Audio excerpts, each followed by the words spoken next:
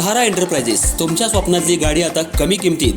इचलकरंजी शहरालगत असलेल्या कबनूर चंदूर रोडवर कोन्नूर पार्कमधल्या सहारा एंटरप्राइजेस इथं पश्चिम महाराष्ट्रातली विविध बँका आणि फायनान्स कंपन्यांनी जप्त केलेल्या जुन्या दुचाकी आणि चारचाकी गाड्यांची विक्री केली जाते. शोरूम किमतीपेक्षा 25 ते 50% कमी दरात, उत्तम स्थितीत आणि संपूर्ण कागदपत्रांसह त्वरित डिलिव्हरी.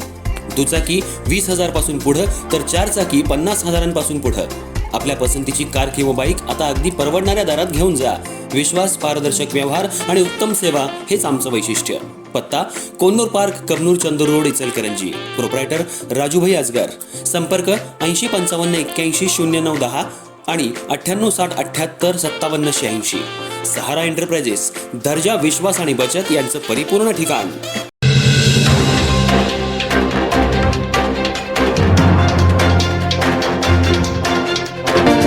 इचलकरंजी शहरालगत असलेल्या चंदूर आभार फाटा इथं वास्तुशांतीच्या कार्यक्रमादरम्यान दुर्दैवी घटना घडली. नातेवाईकांच्या वास्तुशांतीसाठी आलेल्या 12 वर्षीय विहान शाबाद शेख राहणार कागल याचा मंडपातल्या फॅनला विजेचा शॉक लागून मृत्यू झाला. मिळालेल्या माहितीनुसार शेख कुटुंबीय आज सकाळी नातेवाईकांच्या वास्तुशांती कार्यक्रमासाठी चंदूर आभार फाटा इथं आले होते.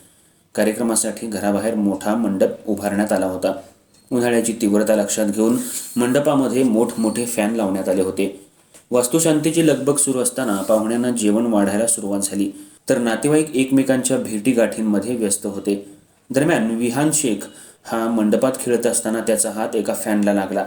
संबंधित फॅनमध्ये विजेचा प्रवाह असल्यानं विहानला जोरदार शॉक बसला आणि तो जागीच कोसळला.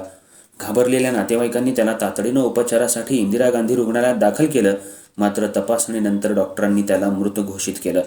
या घटनेमुळे आनंदाचं वातावरण क्षणार्धात शोककळीत बदललं.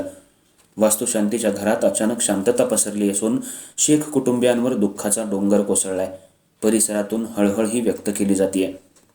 दरम्यान मंडप व्यावसायिकांकडून फॅन, लाईट आणि वीज जोडण्याच्या कामात आवश्यक सुरक्षा उपाययोजना केल्या जात नसल्याचा आरोप नातेवाईकांनी केलाय.